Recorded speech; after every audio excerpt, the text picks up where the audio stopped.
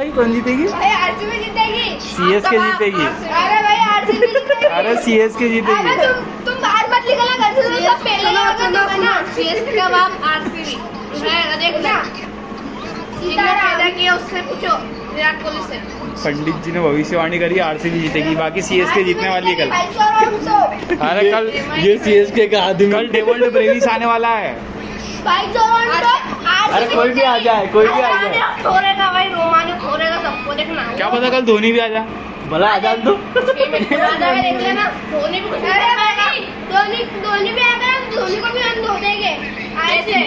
MI वाला भी बोल रही है आप तो भी एमआई वाला भी साला आरसीबी में चलेगा।